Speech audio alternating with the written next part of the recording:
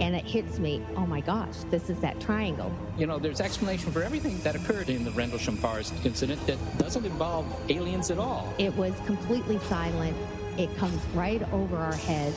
He saw a classic flying saucer really standing in the clearing. He turned over to my father and held his hand, and he looked in his eyes and he said, "We're not alone." Welcome to Podcast UFO for our live show.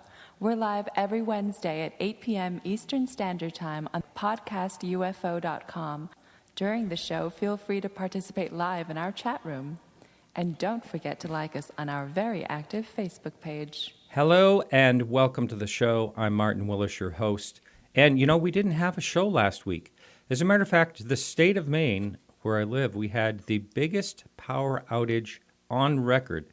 400,000 residents without power. And so I lost it for an entire week, which makes me feel really bad for the people, for instance, in Puerto Rico, how tough it must be. Even after just 1 week, I was very, very lucky it wasn't cold here. But after 1 week without power, you start to realize what type of trouble these people must be in. As far as refrigerator goes, as far as water goes, heat, luckily, like I said, it wasn't an issue. But anyway, I really do appreciate electricity a lot. I'm even going to pay my bill on time from now on. I'm really glad to have electricity. I have actually, Alejandro is not going to be with us. He's actually in the air right now. He's flying to Florida for something. So he's not going to be part of the show tonight. I have Kevin Randle on, I'm excited about. We're going to be talking about the Socorro incident, which I do say is in one of my top 5 UFO cases that I like and think it's authentic and really an amazing case. We're going to be talking all about that. I have an email here I'd like to read. I get a lot of email, and I just thought I'd probably would read this one. Hi, I've been listening to your UFO podcast for a long time now, and they are getting very boring. Can you get more alien abductee guests? How about having Tom DeLonge on your show? The old people you interview are just boring as hell to listen to. So anyway, thank you, Michael, for that. I will take that into account. I'm not really a young chicken myself, but anyway. We do get young people. There's not a lot of young people involved. You know, last, I would say, young person we had was Jordan Bonaparte. He was on. Also, Ryan Sprague. But, we need more young people that are really taking this topic seriously. And I hope more come along. And I would really like to interview younger people, so to speak, as well. But everybody's welcome. I love the seasoned people like our guest tonight, and always glad to have you on the show. Repeat guest, Kevin Randle, how are you?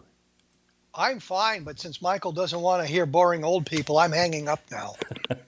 Now what am I going to do the rest of the show?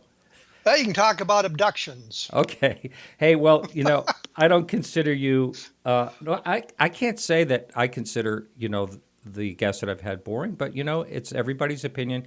Everyone has the right to their opinion. Everyone has the right to my opinion, and that's why they listen to this show. So, Kevin, you have found it necessary to do your great research on Socorro. And how did all that come about to begin with? I was actually doing my radio show on the X-Zone Broadcast Network, and I interviewed Ben Moss and Tony Angiola, who are 2 young people, by the way, or younger people, I should say. Yeah. And during the conversation with them, contest, I don't know where that was coming from, with the conversation with them, I had asked them about some of the things going on, and they said that Lonnie Zamora was not the only person to have seen the craft. There were at least 3 people who'd called the police station about it before Lonnie Zamora saw the craft land in near Socorro and saw the 2 alien creatures and that sort of thing. So I asked him, did you look at the police record? And I asked him that question 2 or 3 times, and I never got a satisfactory answer. Also in the conversation I had with them, they asked about, or they talked about having the real Project Blue Book file as opposed to the one that we all have from the microfilm and the information that was given to the National Archives when Project Blue Book closed. And I wanted to know more about that. And that kind of sparked the interest in it. One of the first things I found, just to tie everything together, was that there was no police report on the 3 witnesses who called in and having seen the flame or the object in the sky. But Captain Richard Holder, who was an Army officer and lived in Socorro at the time, he was on scene within an hour of Zamora returning to the police station. And during that time, he interviewed Zamora, but he wrote a report that very night, and it went to the Pentagon. I'm thinking White Patterson, but it went to the Pentagon first. And in that report, he talked about the 3 people who'd called into the police station and had seen the object in the sky. So that sparked my interest in this thing, because now it's not single witness. We actually have additional witnesses. And as I did other research, I found other witnesses in the area that made the whole thing much more interesting. Wow, great. So one of the mistakes I make often in this show is I kind of assume that a lot of people know about these cases. So, and I know it might be boring for the person, again, that word comes up, for the person that does know this case very well, but I'd like to go over the entire incident for the person just coming in, the young person coming in and listening that wants to know more about UFOs. So this was back in 1964. Can you go over how everything unfolded, please? No, I don't think so. Okay, let's move on then. No, the story begins with Lonnie Zamora chasing a speeder through downtown Socorro, New Mexico. And as he's doing this, he hears this roar, this explosion, and he believes that a dynamite shack on the edge of town had blown up.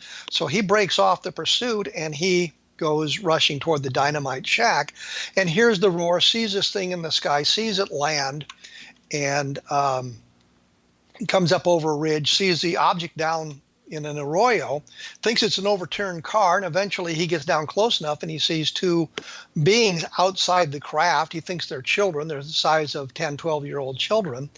And as he's approaching, they hear him. They look startled, or they seem to react to him. They run back. He hears a sound like the hatch of the craft closing, and suddenly there's a roar and the thing takes off and disappears. The sighting takes 2.5 minutes, maybe 2 minutes, 2.5 minutes, 3 minutes.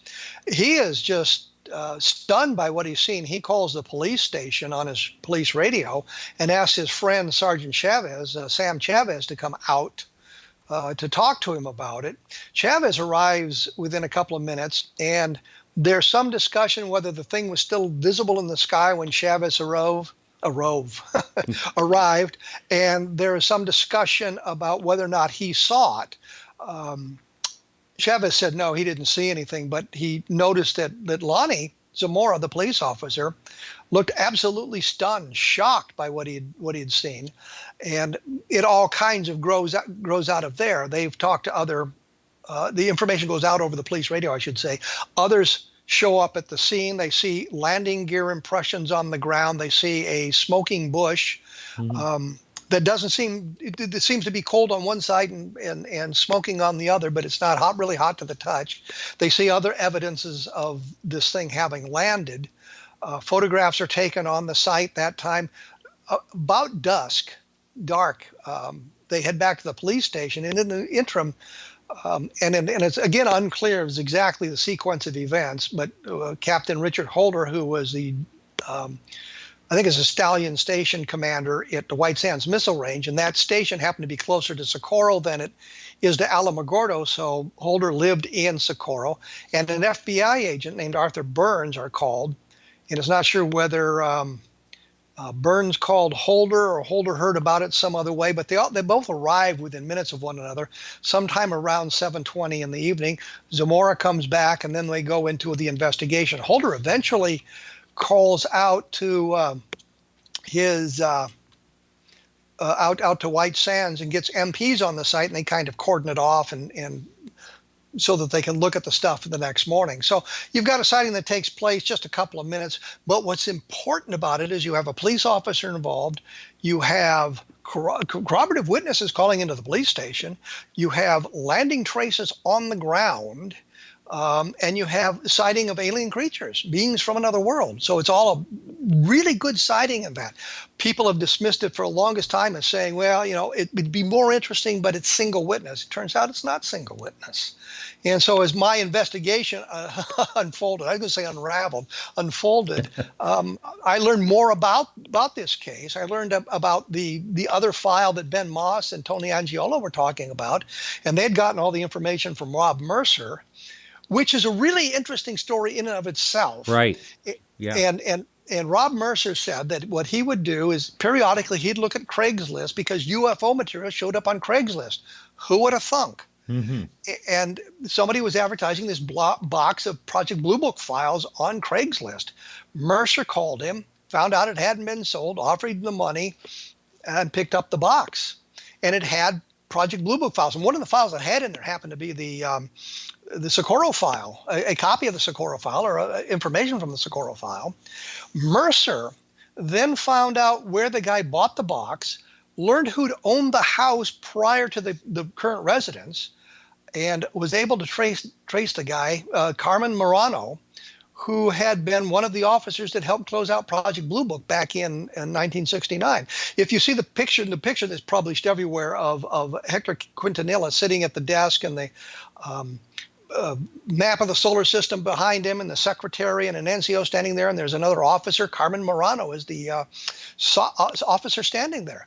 And I'm just absolutely flabbergasted that Rob Mercer could find him, but he was able to get enough information from the owner of the house and be able to trace it through records and found Mercer and found Morano and talked to him, and I was able to talk to Morano as well and gather some of the information. So it all came about simply because I had invited Ben Moss and Tony Angiolo on my radio program, and they said a couple of things that sparked my interest, and I felt I hadn't gotten a good answer for it. Turns out that the answers were there, but in the discussion that took place, somehow we didn't get the questions answered that I wanted answered.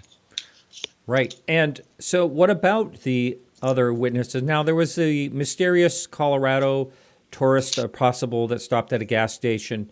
This has nothing to do with them, though? Well, these are three people who lived in Socorro. Okay.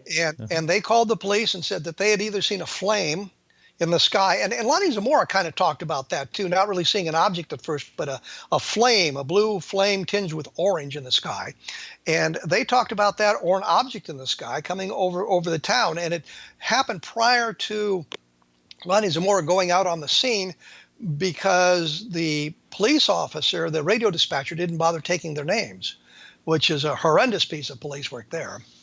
And then that sure is. But talk to Holder, talk to the FBI guy, Burns, and I believe talked to the Lorenzens, Carl and Jim Lorenzen, who were the head of the Aerial Phenomena Research Organization back in 1964, who got there within 48 hours to interview the principals as well. But nobody ever went to find these people. I'm thinking, good Lord, you've got additional witnesses. You know the path the object found. They didn't flew over town. You could have gone into the area and knocked on doors until you found some of those witnesses, because Socorro wasn't that big in 1964. And you've got the path, for crying out loud. And people saw or heard stuff. You needed to go find those. But the Lorenzens didn't do it, which surprised the hell out of me. The Air Force didn't do it, which did not surprise the hell out of me. Hynek didn't do it, which didn't surprise me.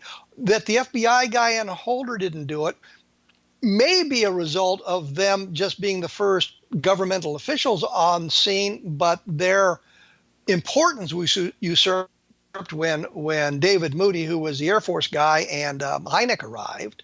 But nobody bothered to go find these witnesses. After Lonnie Zamora's sighting, you would think, my God, we've got additional witnesses. Let's go find them.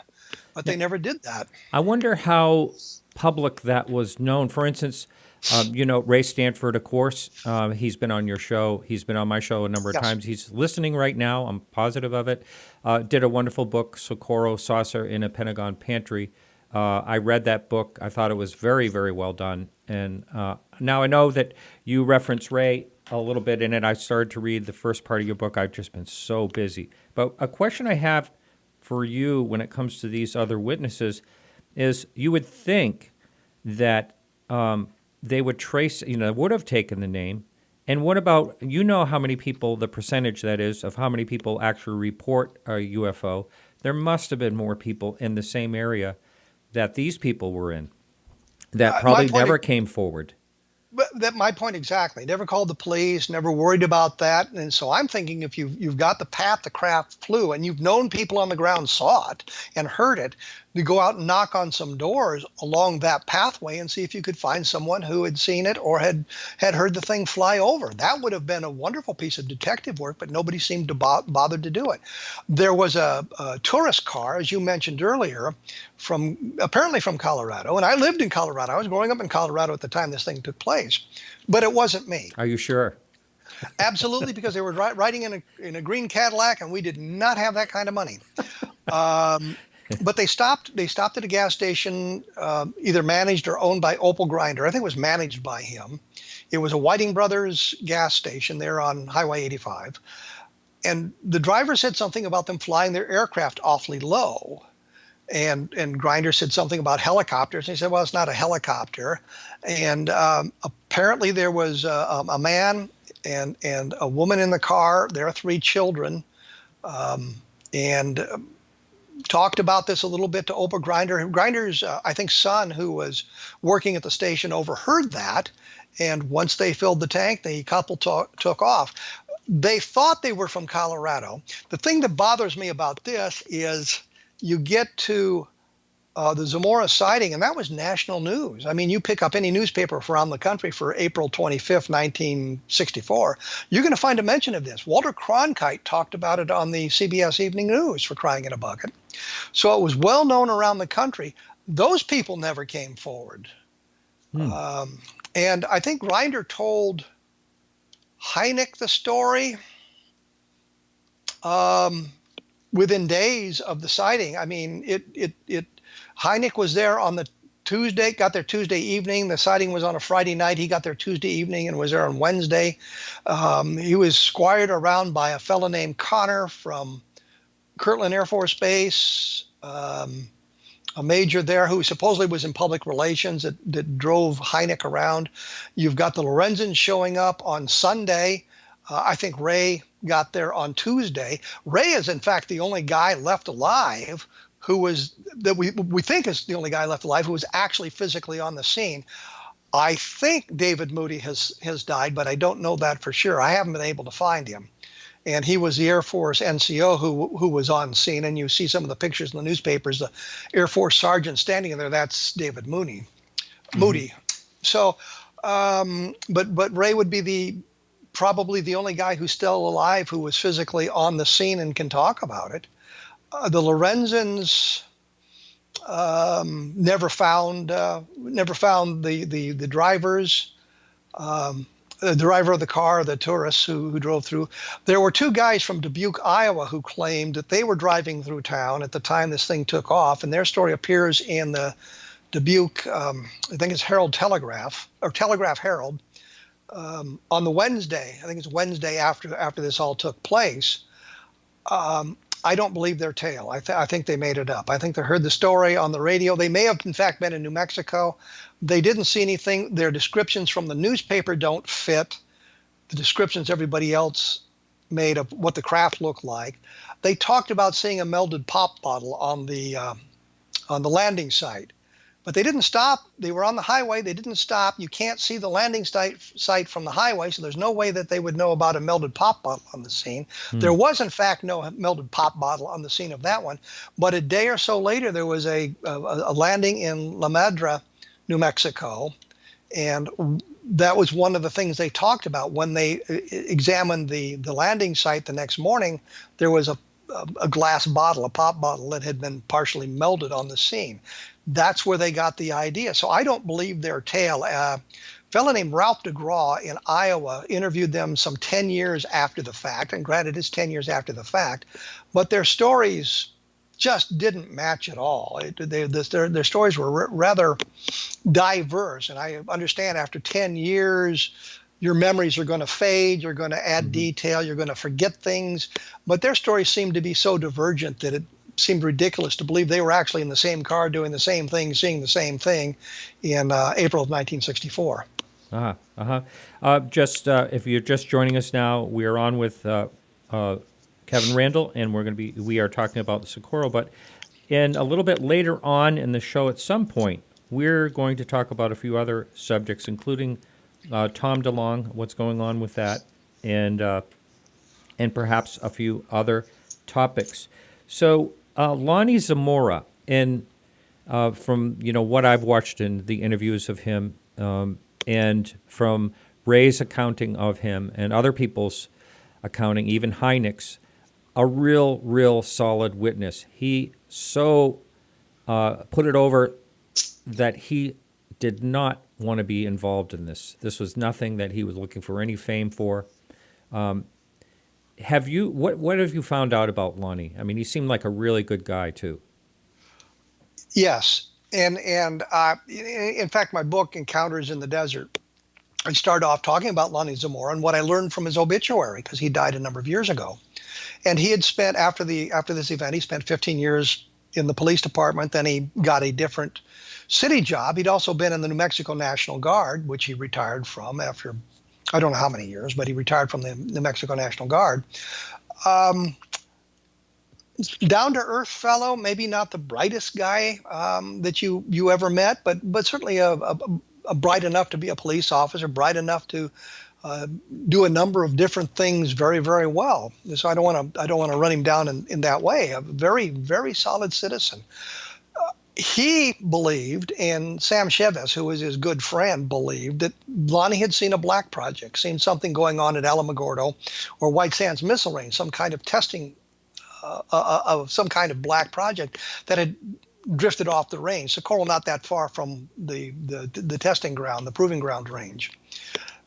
Hector Quintanilla went to New Mexico, and he had a document with him. He was cleared for top secret, and he was able to look into that, and he was very disappointed that he hadn't been able to find any. I put a short thing up on my blog at www.kevinrandle.blogspot.com just the other day about what Quintanilla had to say and what he did and how he had gone into New Mexico, met with the base commander at Holloman Air Force Base. Because of the documents he brought with him, they said, you can look at anything, ask anybody any questions you want, we'll give you answers. He couldn't find anything there, couldn't find anything at White Sands that would account for what Lonnie had seen. And he said that he had to mark the case unidentified in a surprising burst of integrity, I guess, because he couldn't find any answer. He couldn't plug anything into this, given the nature of it. I mean, you could say, well, it might have been this, that, or the other thing, but you've got the landing traces to deal with. And it was clear from the test that they made on the landing site that the landing gear markings were not dug into the ground, meaning they had not been excavated, but they were pressed into the ground, suggesting something very heavy had landed in that area. Something would be very hard to fake with a shovel. And stuff like that. So, I mean, he couldn't find it. And he said in his report, or in his book, Quintanilla did, that he didn't want to mark it unidentified because he knew the UFO hobbyists would have a field day with it, or the UFO clubs, and that would be like the Lorenzens and things like that. But he marked it as unidentified, and he thought that the answer would be in Lonnie Zamora's head. I don't know if he was suggesting some kind of hallucination, or if Lonnie would have seen something that he didn't talk about that may have helped identify the craft for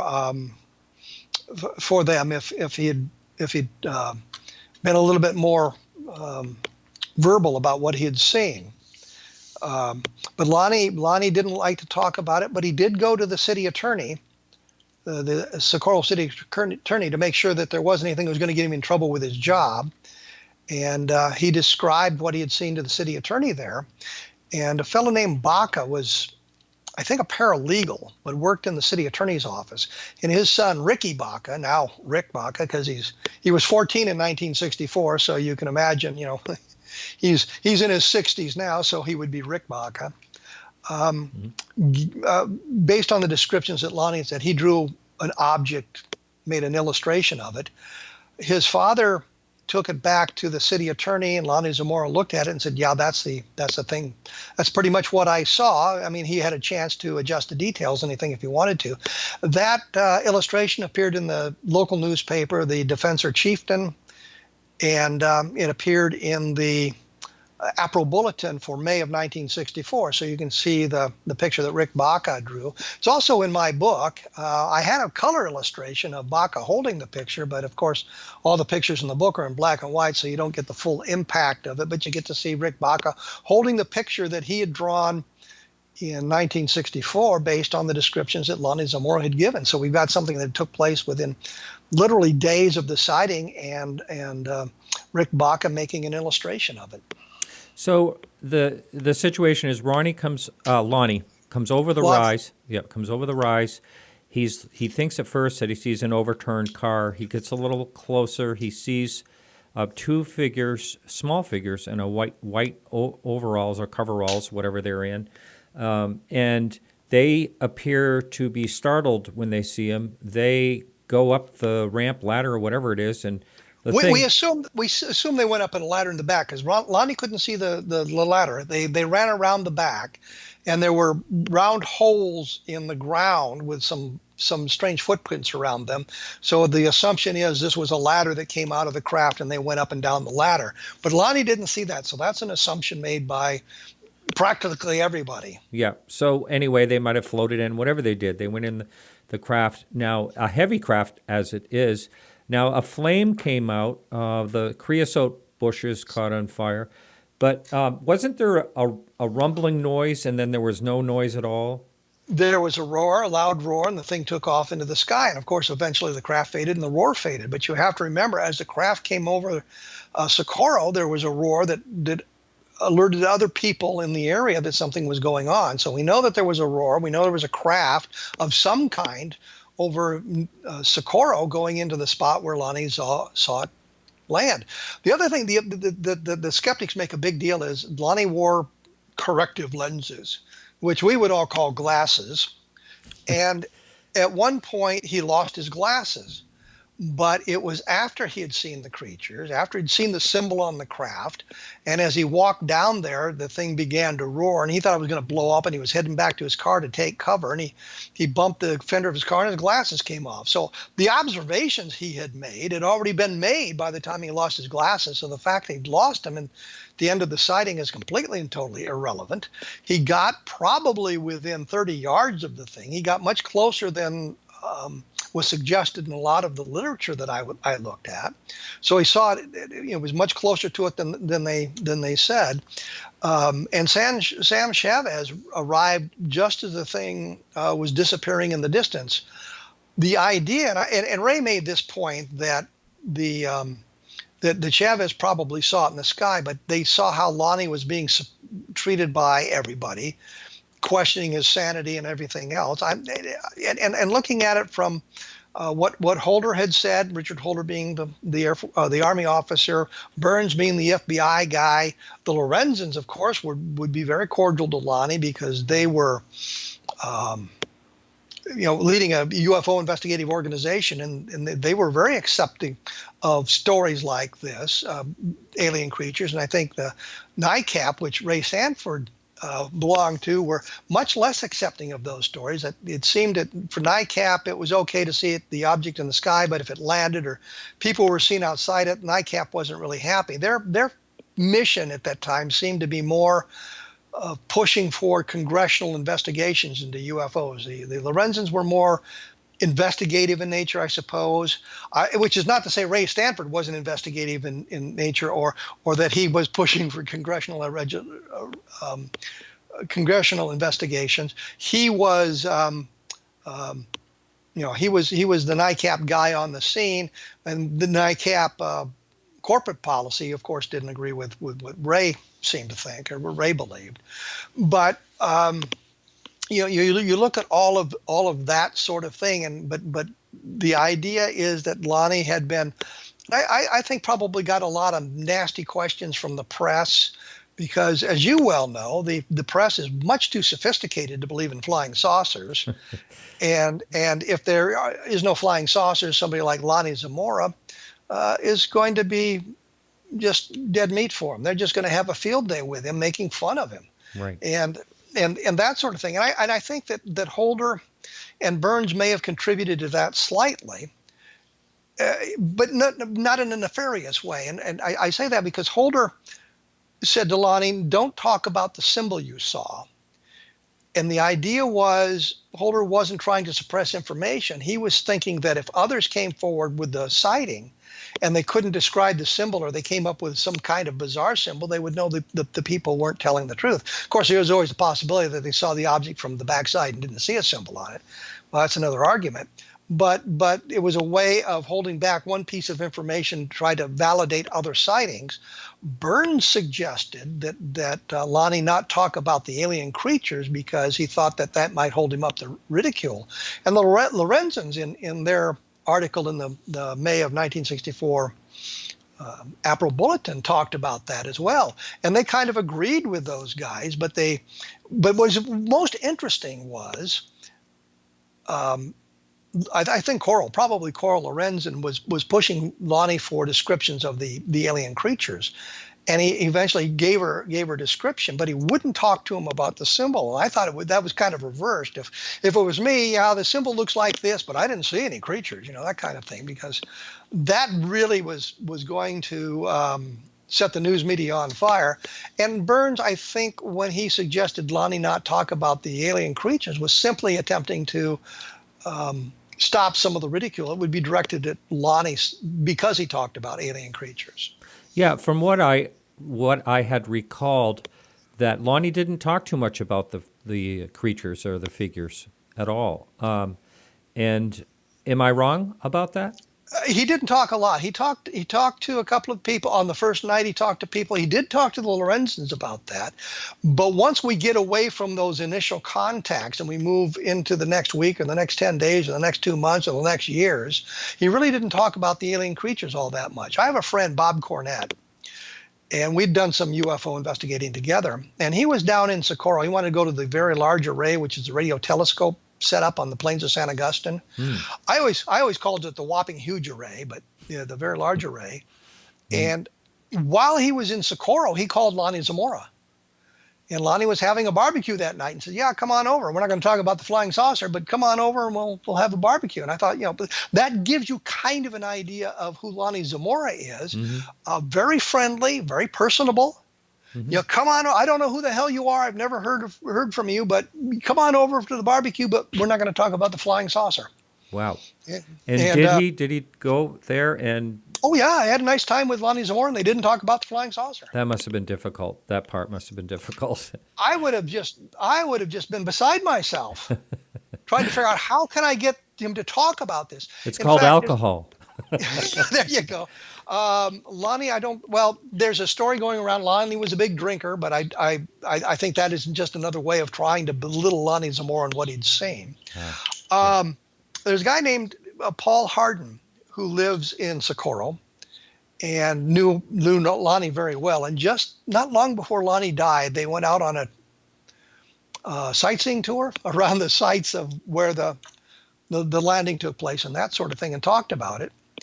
And Lonnie opened up a little bit to him, but Hardin said, "Well, it was just between friends, and I just don't really want to violate that." And I'm thinking, yeah, okay, I can get behind that. I understand that. But Lonnie just was, once the initial excitement was over, I think Lonnie was very reticent to talk to anybody. If you had no official standing, he didn't want to talk to you. I think Ray Stanford may be the only person outside of the military and maybe the Lorenzens who managed to get Lonnie Zamora to chat with him about this thing. But it was because Ray was there at the very beginning. He was there within literally days of the sighting, 4 or 5 days of the sighting. Well, it happened on a Friday night, and Ray blew into town on, I believe he said Tuesday evening, and met with Lonnie and the police and everybody Wednesday morning. In fact, Ray was telling me that what happened was he got there on Tuesday night.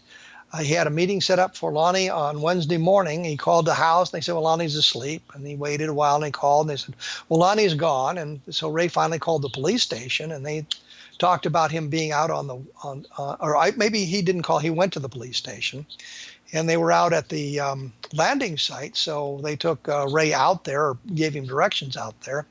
And when he arrived, the police were going to chase him off, and Hynek says, "Nah, let him come on in." So Ray got to be there on the scene with Lonnie and probably Sergeant Chavez and that sort of thing. And Ray says, he was there taking samples, and Hynek hadn't brought anything to take samples and borrowed some of his sample containers.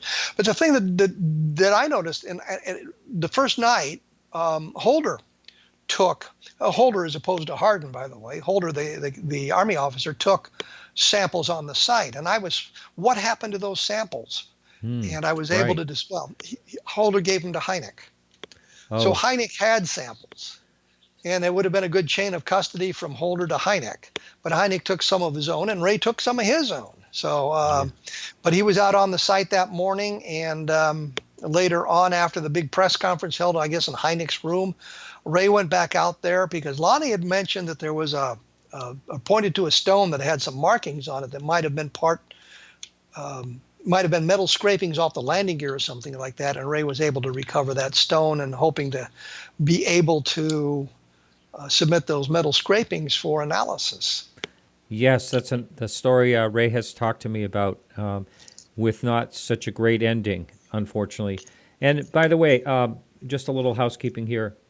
I am not. I'm not going to be involved with chat during most of the show, as it's very distracting, or can be very distracting. And I apologize to the people in chat, but don't give up, because in the second half of the show, the second part of the show, toward 3/4 in or so, I'm going to be taking questions on chat. And also, if someone wants to call in, if you want to write the number down, you can call into the second part of the show. That number is 603-967-4030. So I want to talk to you about what I think is probably, besides the figures, is probably the most controversial part of the whole story. But before that, I don't want to forget to ask this question. The witnesses, the thing that got you interested in pursuing this in the beginning, how far did you get with that? Or is it just plain a dead end and it won't go anywhere? There's really nothing I can do at this day and age. It's more than 50 years ago. Right. Most of the people are probably passed away. I'm sure there were young people in the area who may have heard something. I'm not sure if they would still live in the area. Ray said that he had talked to a couple of women in the days that followed. He was at the radio station, not the radio station, but going out to dinner with the radio guy whose name escapes me at the moment, Strode. And they two women had come up to them while they were there and talked about having seen or heard. They were audio witnesses. Right, they had heard heard something go over, is what he said. Mm-hmm. And I asked Ray about that, and he said, well, they were older women. They're probably dead by now. I said, would you write their names down? Because I'm thinking if we get a hold of a city directory or a city phone book or something from 1964, and the library probably has copies of it, or maybe the university, not the university, but the School of Mines library there might have had something, and we could look up and see where these people lived. And then we could go back into that area and kind of knock on doors and see if there's anybody around who was there in 1964. But Ray was, I guess Ray is, his files are not as organized as they could be. And it's not really to point a finger at Ray, because if you go to my files now, they're not as organized as they could be either. I sometimes spend days trying to find something and eventually have to give up and hope I stumble across it at some point. Because, we're talking about stuff 50 years old. Right. And he didn't have the name, so there was really a dead end there as well. What about a police blotter? The police guy didn't write it down. He didn't take any information. The only reason we know we were able to corroborate this is Holder mentioned in his report that he wrote that night about 2:00 in the morning, I think he said it was, and he'd called it into the Pentagon, the command post at the Pentagon. And in the report, it says that 3 people had called the police and they'd seen the flame or the object in the sky. So we were able to verify that the calls took place, that there were witnesses in the area talking about this, but nobody, how hard it would have been to find them in 1964. Gee, you had the radio guy very interested in it. He could have put something on the radio and said, well, anybody heard or seen anything, please give us a call at the radio station. Right. The newspaper could have put something in it. If you heard or saw anything, give us a call at the newspaper. You could have knocked on some of the doors in the area where the thing should have flown over to see if you could find any of those people, but nobody did that in 1964.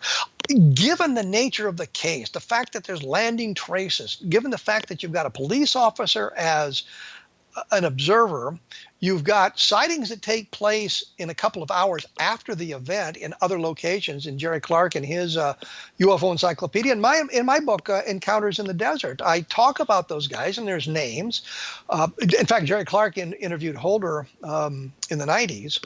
But you've got an opportunity here to gather some evidence, and nobody gathered that evidence. And I'm just astonished. I can see in some cases where you can't really do that. I mean, the situation is such you can't do that, or all the people that are involved, and I think of the Levelland case, and I looked at I've been out to the locations where a number of the sightings took place, and I'm there in like 2010. So it's 50 years after this series of landings take place in Levelland in November of 1957. And I give you the name Levelland in 1957, so those people at home with their computers can Google it and see all the information. All right. Yeah. But and in fact, in the book, there's actually some pictures of the sites in Levelland as they looked in 2010. So you can see there's nobody around. It's outside of town. I think it's north of town. There's really no people around. It's not like the thing landed in Levelland. In Socorro, it landed in Socorro. So there's people around that you could talk to about this. But so in Levelland, you understand why that didn't happen. And of course, with Levelland, the thing that annoys me about that is the Air Force said, well, there were only 3 witnesses, and ICAP said, well, there were 9 witnesses, and the Air Force saying, well, you guys are lying about it. And it turns out, based on the Project Blue Book files alone and some of the other research, there were witnesses at 13 separate locations. So neither the Air Force nor NICAP had the number right, which is irrelevant. I mean, there was a lot of witnesses you could have talked to. And that investigation by the military wasn't all that great. And NICAP didn't do a great job, but here in Socorro, you've got the Lorenzens were right there. You've got Ray Stanford, who was right there. You've got Holder, who probably gave up after the first night or the first couple of days simply because it's really not in his wheelhouse. You've got the FBI guy telling everybody, don't tell everybody I'm the FBI, but he's interested in the case. You've got the official Air Force investigator and the consultant there. And nobody bothers to find those witnesses. It's just appalling to me. But you've got a lot of people who were on the scene afterwards whose names we do have and can attest to, well, I saw the depressions here, I did this, I did that. But you don't have the people who saw the damned object. So you talked earlier about Rob Mercer, who's actually, I had him on the show, great guy.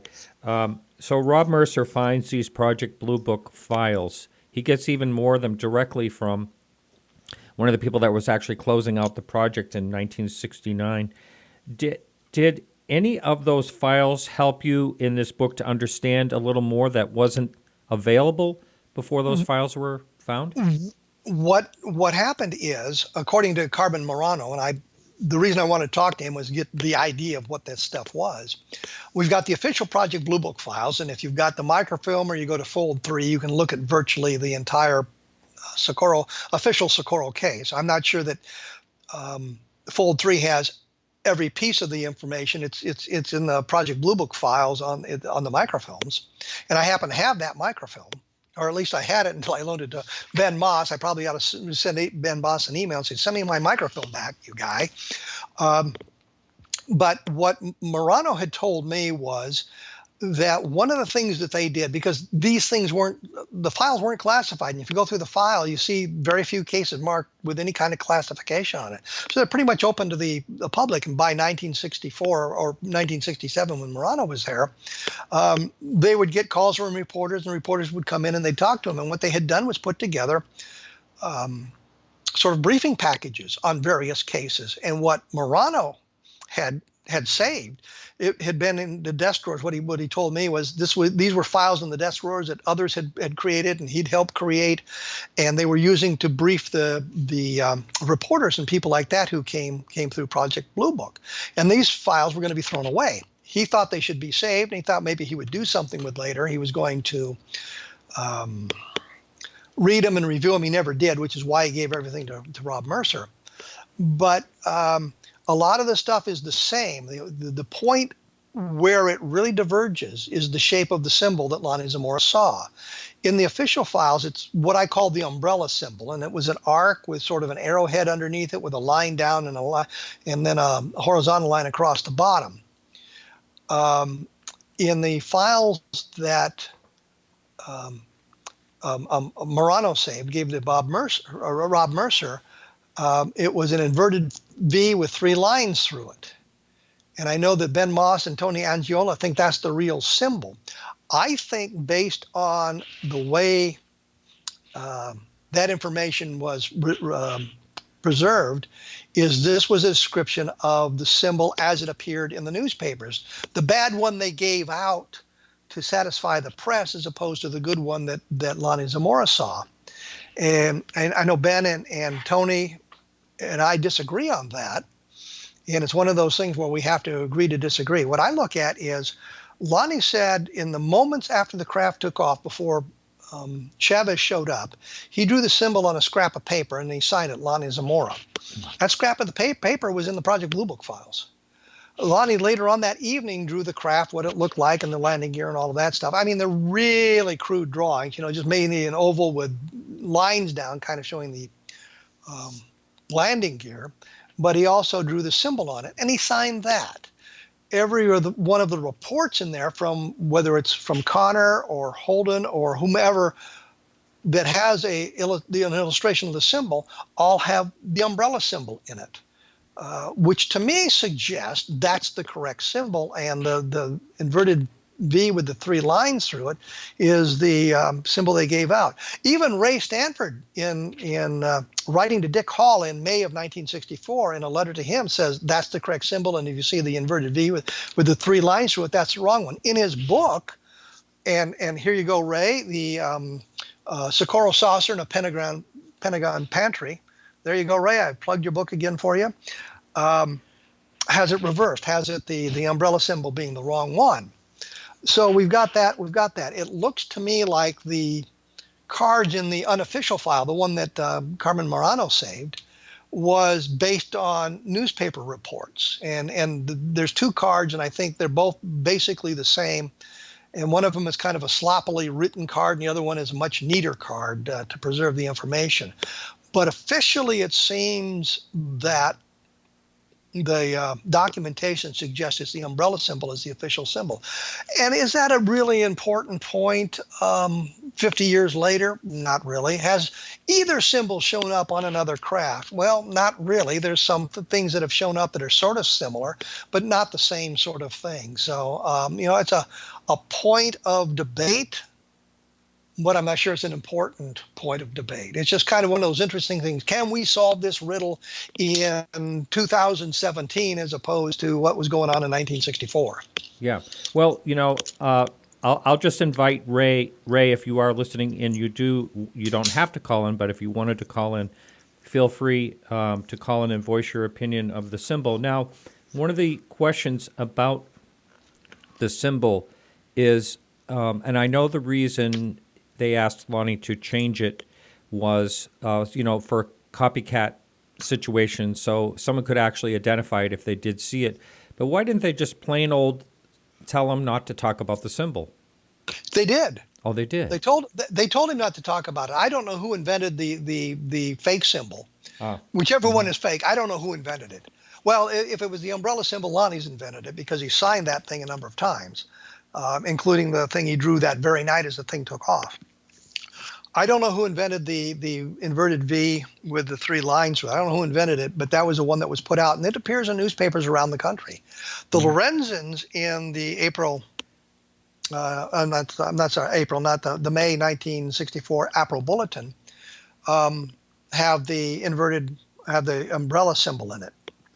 So that symbol got out, and that's the symbol that Rick Baca put on the illustration that he'd made. He didn't put the symbol on it, and when the illustration was shown to Lonnie Zamora back in 1964, he had it drawn on there. I think Rick Baca's father actually drew it on. Lonnie was sitting there telling him what it supposedly looked like. If you see the illustration from the newspaper, the symbol's not there. If you look at the illustration from the April Bulletin, the symbol is there. I have seen nothing in the official record to suggest the inverted V, with the exception of a letter in the official Project Blue Book files written by Hynek in September of 1964. And he's got an inverted V. He's got a line over the top of it, meaning above the apex of the V. And he's got two lines between the legs of the V. So it's not really the inverted V with the three lines through it. It's a representation of it, and it's probably what Hynek remembered somebody telling him about. There's also another document that I got my hands on, and Hynek was being interviewed by, I think it's Jenny Zeidman. Who was part of the Center for UFO Studies and that sort of thing. But back in 1964, putting together a document about the symbols. And both symbols are in that document, but the way the document is set up and the way the things are written, it seemed to indicate Hynek was advocating the umbrella symbol as opposed to the inverted V in that. But both symbols are in his illustration, are in the document, and one says it's what was published in the newspaper. So I think Hynek in May talked about it that way. In September, he got confused about the way the symbols were. The other documentation throughout the official Project Blue Book files all have the umbrella symbol in it when they've drawn any sort of symbol associated with the event. And the thing that I don't understand is they're putting together a file that probably is not going to be seen. They believe probably won't be seen by any civilians, and by the time the civilians see it, it's not going to matter anymore. So there's no sense in them putting in the inaccurate symbol. It seems to me that anybody who was putting a symbol into their reports back to their higher headquarters or back to Project Blue Book would have put the symbol as Lonnie described it in it. And like I said, and Lonnie signed two of them. He signed the little scrap of papers that he took that was in the Project Blue Book files, and he signed the illustrations that he made for Holder and Burns on the night of the event. Yeah, I don't want to get boring in case that guy's listening, but he's not going to listen anymore because we're making fun of him all through this. You know that, Michael? We're making fun of you. Now, symbols. Are symbols a common? I mean, I can only think of a handful, or maybe one other craft that people mentioned that there was a symbol or symbols on. But in your research, if you go back to Roswell, there's symbols from the I-beam that Jesse Marcel saw, but that would have been inside the craft, not something outside the craft. You look at Kecksburg, you've got symbols on the outside of the craft there. Mm-hmm. You've got the UMO hoax, but there's a symbol on the craft there, but it's a hoax, so it's kind of irrelevant. We have other samples of alien writing. Rendlesham Forest. Well, I don't remember if there's symbols on the craft or it's something that came about later. No. Peniston claimed he saw sort of, like Egyptian hieroglyphics on the craft itself. But I don't think he talked about that until years after the sighting. Okay. Which is not to say it's inaccurate. It's just that he didn't talk about it. I was thinking George Reeves, Superman. Wow, that's a good one. By the way, just so you know, Superman is an illegal alien. The guy Reeves from Brooksville supposedly saw it and took trips to Venus and all that stuff. He didn't explain why the ship didn't melt when he got to Venus, but that's another argument. It's only 800 degrees. But yeah. He presented to the Air Force two bits of paper with symbols on it, strange writing, supposedly Venusian writing, I guess. And the Air Force kind of bungled the investigation there, probably because they didn't believe him seeing the object on the ground. But there were symbols there. There were things like that. There's not a lot of. There were two women in Texas who told Project Blue Book they'd seen a UFO and they knew it was a UFO because it said UFO on the side. So perfect. Yeah, I think thinking that's probably. But you're right. There's a handful of sightings where there's some kind of symbology on the craft, and there's another handful of sightings where we see symbols. And for Michael, I don't know why we're giving all this attention in the abduction phenomenon. There's any number of cases where people saw symbols, not necessarily on the outside of the craft. Vilas Boas from Brazil, who is the first abduction to have been reported in UFO literature, I think, saw symbols inside the craft when he was there. And I think other abductees have talked about that sort of thing. But symbology on the outside, we don't see a lot of that. Now, there is a school of thought that this was a military experimental, I'm sure you've heard all that. And I'm wondering if that's what also, when someone's trying to debunk it, they say, yeah, that was a military private company emblem. There has been nobody has found the exact emblem yet. And once again, Quintanilla was in New Mexico looking at that, and he had authorization to look into the black projects. And had that explanation been available, he could have expressed that in the Blue Book files. He could have created a secret document with the explanation on it, to be filed with the other classified materials with Blue Book. And there were some classified materials that were part of Blue Book, because you go back and you look at the files, you can see where they're classified, and they've downgraded them over the years from secret to confidential to unclassified. So there were classified documents in the Project Blue Book files, and so they had to keep track of those classified materials. So had there been anything like that, Quintanilla would have known it, and Quintanilla would have created a file on that sort of thing. And when he wrote his memoirs, if it was far enough into the future that anything that he would have seen in '64 probably no longer secret. I mean, that stuff becomes obsolete after a while. I mean, how many things were we testing in 1964 would still be classified because our technology is so far beyond there where it was in 1964. Right. But even so, he could have mentioned in his memoirs, well, I was able to find a solution. I can't talk about it because it was classified. But he didn't do that. He said, I could not answer the case. I could not answer it. And saying, I found the solution, but it's classified is not a good solution. But it's better than saying, well, I had to mark it unidentified. Right. So I don't think there's anything that it was in our inventory or going to be joining the inventory in 1964 that would still be classified. The closest we could find, and I think there's a Skeptic Society in New Mexico that looked at the illustration as created by Rick Baca. And compared it to some of the testing with the lunar lander, looks quite a bit alike what Lonnie Zamora saw. The problem is there were no lunar landers in New Mexico that could fly under their own power. I think that was being tested out on the West Coast. There seems to be some of that kind of stuff going on at White Sands, but the lander part of it was being lifted by helicopters. And so I can't see why Lonnie wouldn't have seen the helicopter.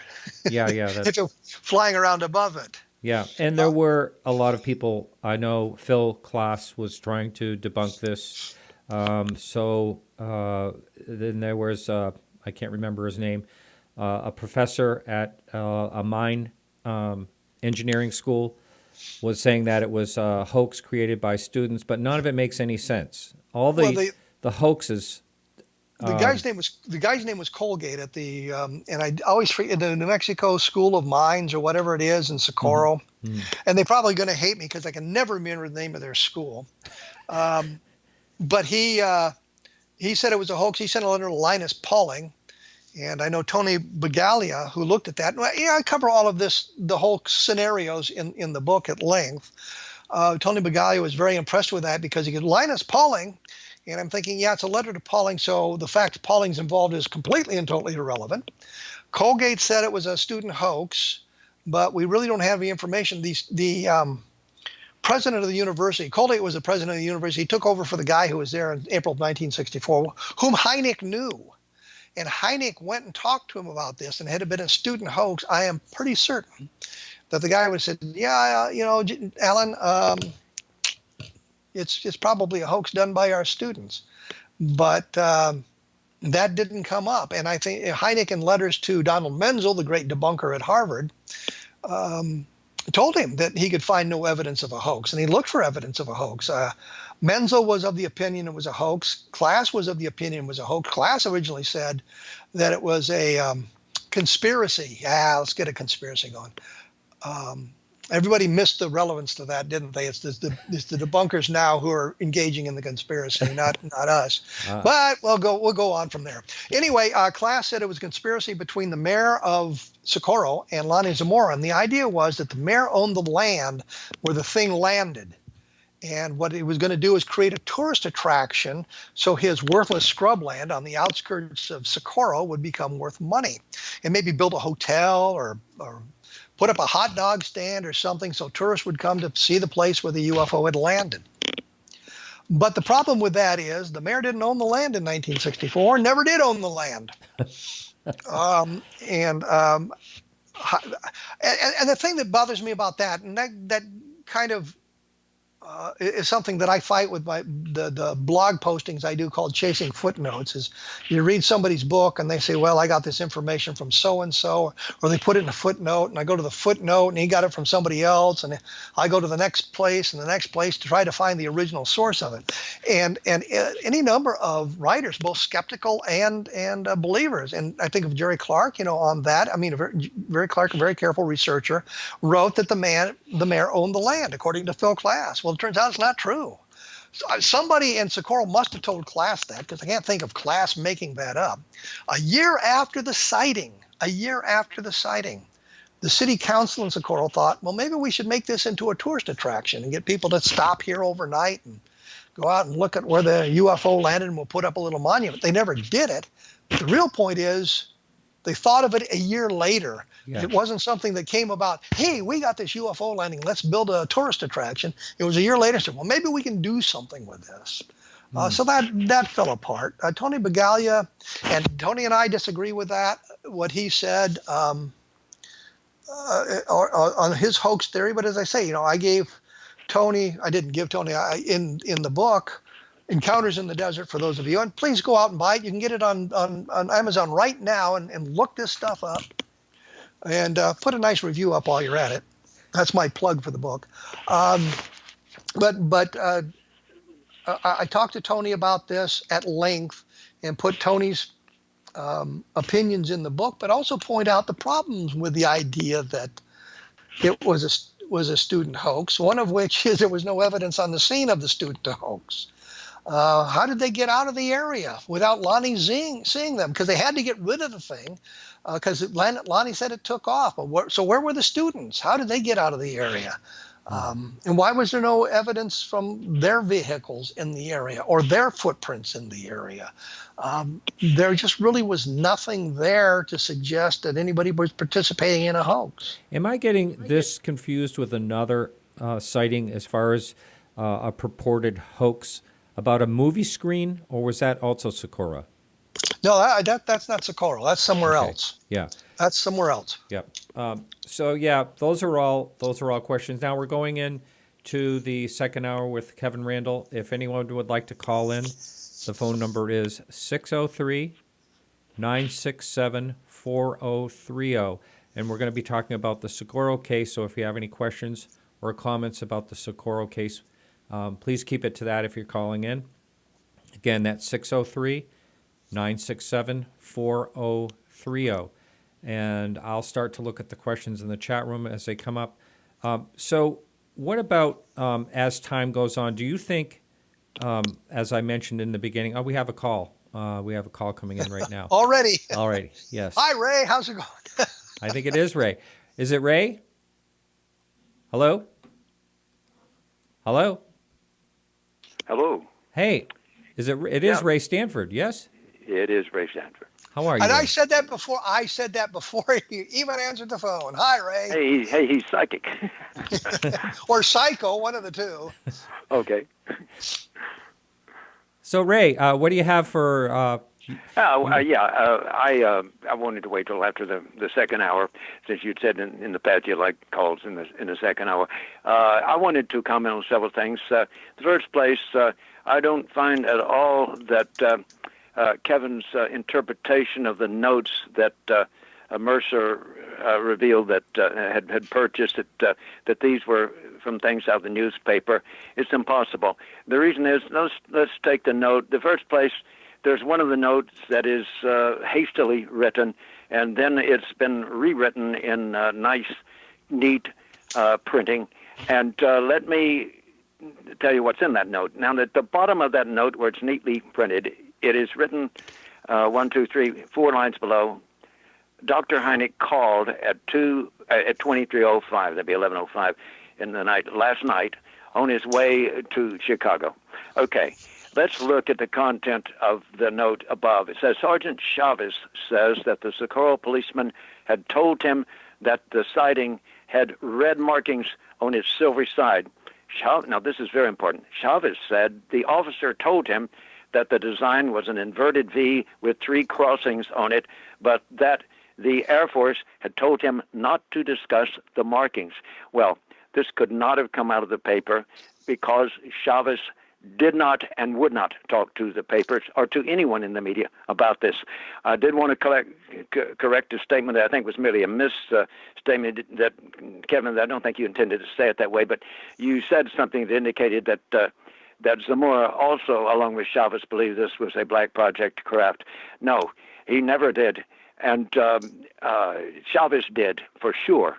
But Chavez would not talk to anybody about this thing except people that were officially there from the government. He talked to Hynek.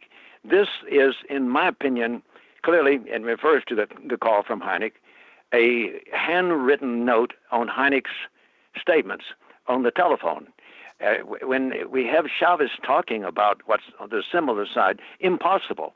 The man never, ever would have done this. And I know this, a lot of personal encounters with Sam Chavez.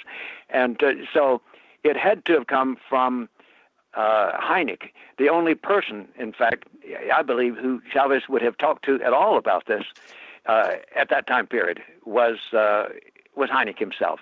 And Chavez talked to Hynek even before he talked to Zamora. And by the way, I arrived in Socorro on Monday night, and then it was Tuesday that I was at the site with Chavez. Let me correct that too. I had gone. I was going to say, Ray, that I was trying to remember exactly when you had arrived in Socorro. So, that's not a problem there. Yeah.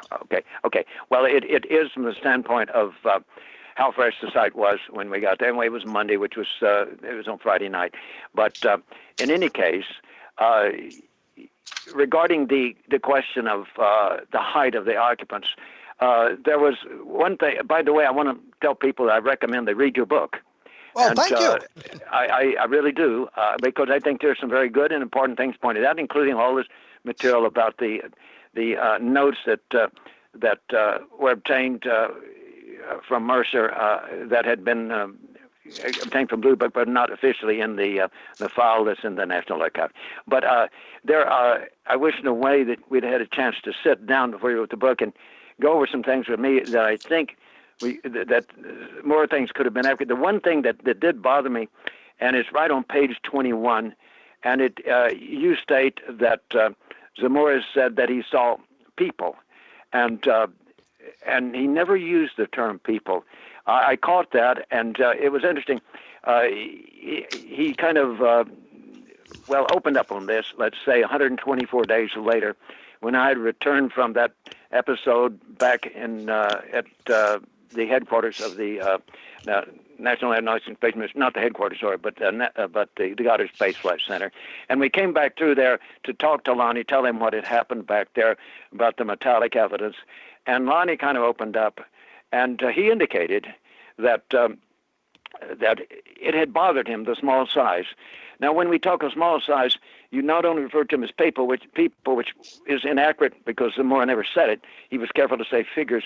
But another thing important is that you mentioned that he said 10 to 12 feet. He did not. He the 10 to figure, 12 years old. 10 to 12 years old. 12 10 to 12 years old. Thanks. Because Correct. 10 to 12 Now, feet would make them definitely right, yeah, sure would. He definitely didn't describe them, but he said what he actually said, and here's how it happened. We were standing at the site, and Hynek was standing there just 3 feet from me. Zamora was about the same distance away from me, and there was a creosote bush to our left. That's the creosote bush that was beside the northwest landing gear imprint. And when I asked Zamora about, or Hynek asked, one of us asked him about the figures that he had just mentioned, he said, and he was very clear on this, he reached out and touched a limb that was sticking out sort of to the north, to the southeast off the creosote bush, and it stuck out distinctly from the others. He put his hand on it, and he said, I know that the head of the one figure came just below this limb. He said, so it looked about the size of a 10-year-old kid. And he didn't say 12-year-old, he said 10. And when you I went out afterward and measured the height of that. And indeed, he was quite accurate. He could not have been the size of any typical 12-year-old. I mean, this was about the size of a fairly small 10-year-old kid. And so I think we ought to consider that, because Zamora then said, 124 days later, when we're back in Socorro, that he had been troubled by the smallness, and then he went into the thing that when the FBI agent Burns, however you want to pronounce it, had suggested he not describe this, and you could be right about the motivation, but I have a different interpretation. Yes, you felt, and it could be right that he didn't want to let Lonnie make himself look silly, but the truth of the matter is that Lonnie felt differently. He said at that time that he was concerned when he said it to him that it's almost as if his saying that might divulge something that maybe somebody in the government didn't want him talking about. And so he left me with the impression that this had stuck in his mind, and it could explain why he never used the term people, but figures. This could indicate good objectivity. Let me interrupt, because there's a couple of points here that I think may be crucial. Is number one, the Lorenzans talked to Burns and Holder on Sunday, and in their conversation with the two of them, it was Burns who told the Lorenzans that he had suggested not talking about the people because of the reaction of it. But the interesting thing is, he would not describe the symbol to them directly, but he would describe the people to them, because Coral said, well, that story's already in the newspaper. I have a report here from the United States Air Force written on May 13th, and he says at this point he saw two people in white coveralls. Where were you reading from? I'm reading it from a Project Blue Book file. Okay, well, that is not accurate. This is not an accurate transcription of what Zamora said, because I am certain, I don't care if it's in the Blue Book files, that was written probably by Holder, right? No. Who wrote it? I think it was written by Moody. I think it was Moody. Okay, fine. Well, even then, that makes it even more suspicious that the term people would be thrown in there if Moody wrote it. Moody was rabidly... I know who... well, yes, you're right. Moody was rabidly anti-saucer, and if he could get out of there, the faster he could get out of a place, the happier he was. And you see, this conventionalizes it by throwing in the term people. People will not notice that it wasn't what Zamora said, but it's what Moody said. And that then throws it into the realm of, well, he must have seen something terrestrial. But there's something else about this case, and I don't know why it's not mentioned in your book, as far as I have been able to find. And this is not mentioned in the Blue Book file, and this makes me suspicious that the Blue Book file is let's say, it's tilted in a direction that might make people not take this as being something extraordinary. Let me get this. Why is the following not described? When we walked up from down in the ravine at the landing site, Hynek and myself and Zamora and Chavez on Tuesday, I think 29th of April. Zamora had been brought out there in Sergeant Chavez's car. It wasn't his original police car, but Hynek asked him to reenact because he had parked the car. Chavez said he parked where Zamora told him he had parked his car. He asked him to then go through the whole thing from the moment he was in the car. And Zamora opened the door, sat down in the seat, went through the thing with the radio device, and then he stepped out. And he took a few steps. You can read in my book how many there were.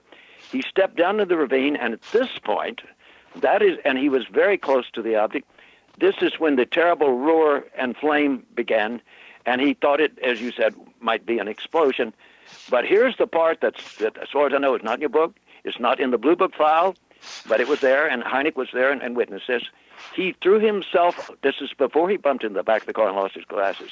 He had his glasses on. He said, and he used the word prone position, he threw himself in the prone position. He showed us exactly how he did it. In my book, the position of the body is exactly where Zamora threw his body in demonstrating this to me and Hynek.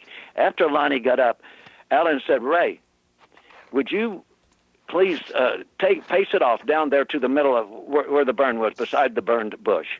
Would you please pace that off? And I paced it off. And it was at about 35 feet. He was that close. Interestingly, in the Blue Book file, even though Hynek was supposedly their investigator there on this case, there is no mention of this fact. In other words, Zamora got within 35 feet of this device, whatever it was, and I think that's quite important. And he did, in fact, all the time have his glasses on.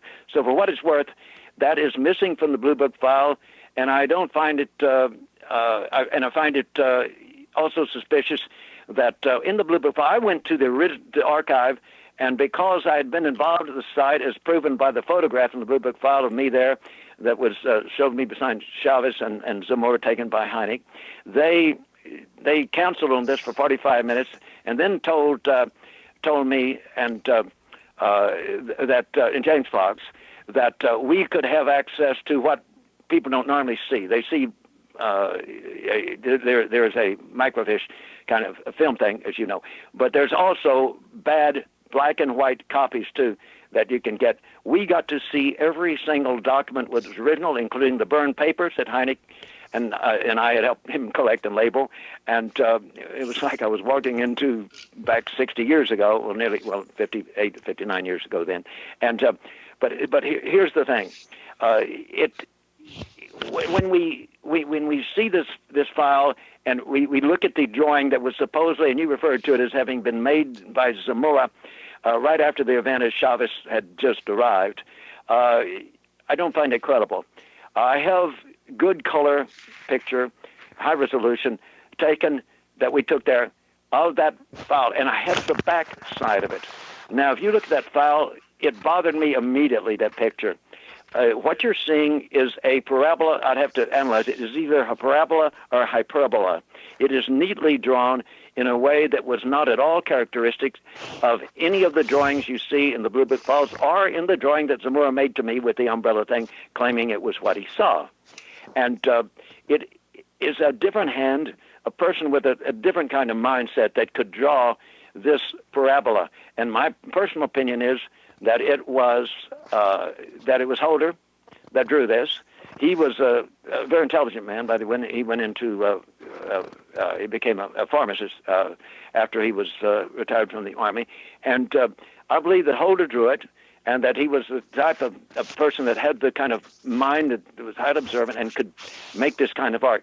Zamora never replicated that, and that strongly indicates to me that he was not the author of that particular thing, though he signed it, as you said. Indeed he did. On the back of it, we see two multi-choice questions, 9 and 10, and it is really quite strange. What is there? The questions. One of them you have to check whether the answer was a hippie, and the first one is partly torn off, so I don't know what, and under that it has Jewish, and somebody with multicolors has checked and marked these answers with circles.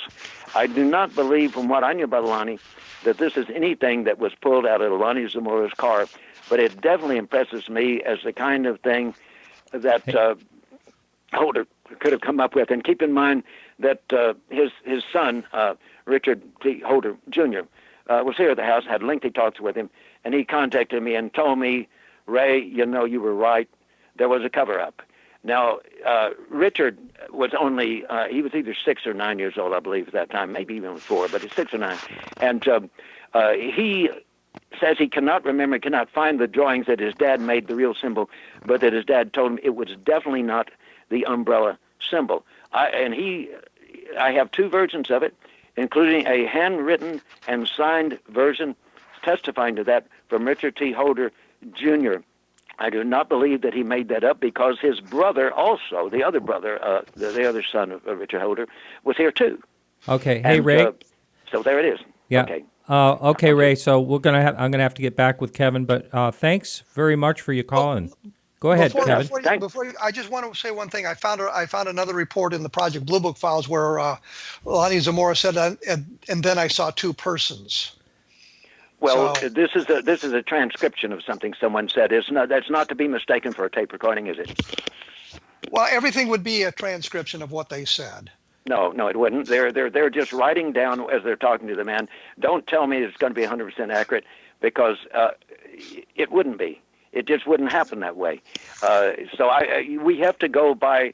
I have recordings of Zamora, and he never used those terms in any interview I had with him. So I'll leave it at that and let you go. But I think you're wrong. So that's it. Thank you. All right, Ray, you take care. Okay. All right, Kevin. So here we are back. Let me just see also in the chat room if anyone has any questions.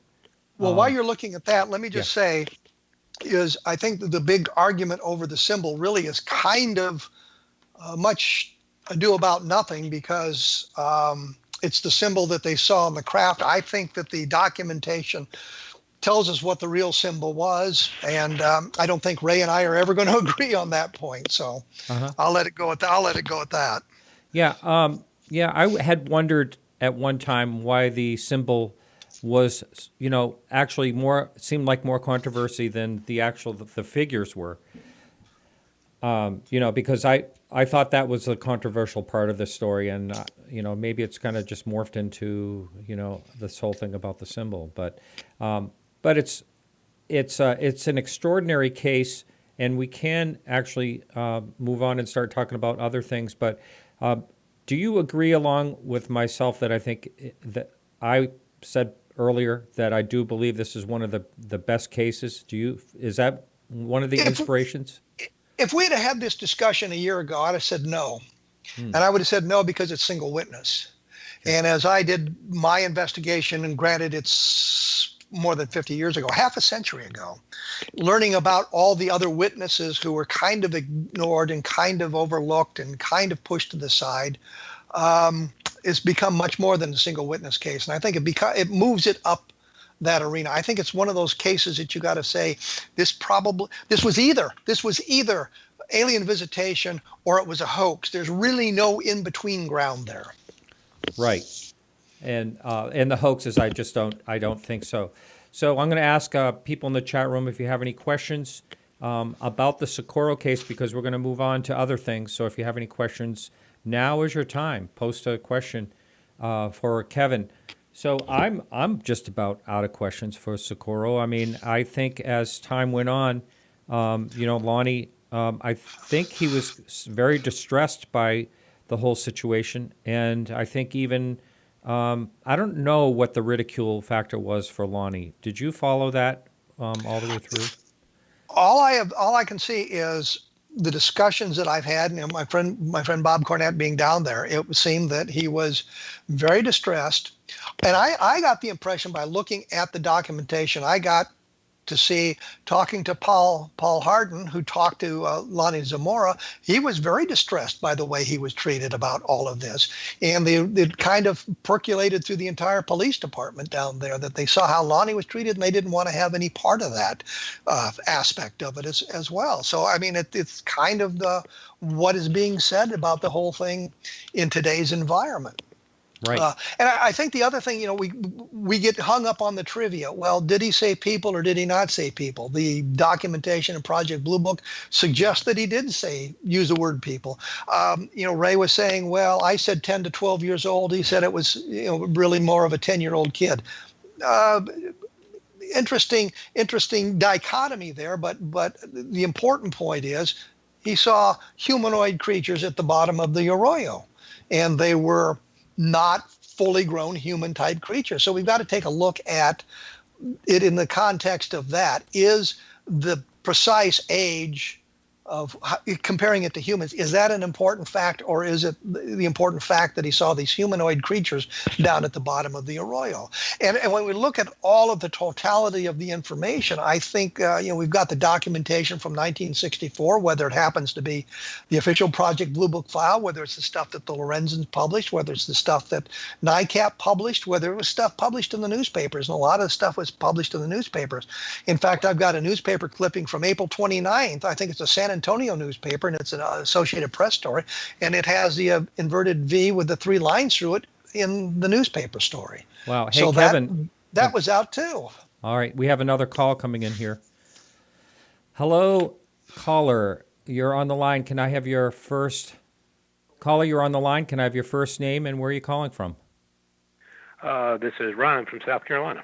Oh, Ryan, you've called a few times before. How are you? Yeah. So do you have we're looking for questions about Socorro. We're going to change the subject pretty soon here. Do you have questions for our guest, Kevin? I have one quick statement to make with regard to Socorro, and then a question about Socorro.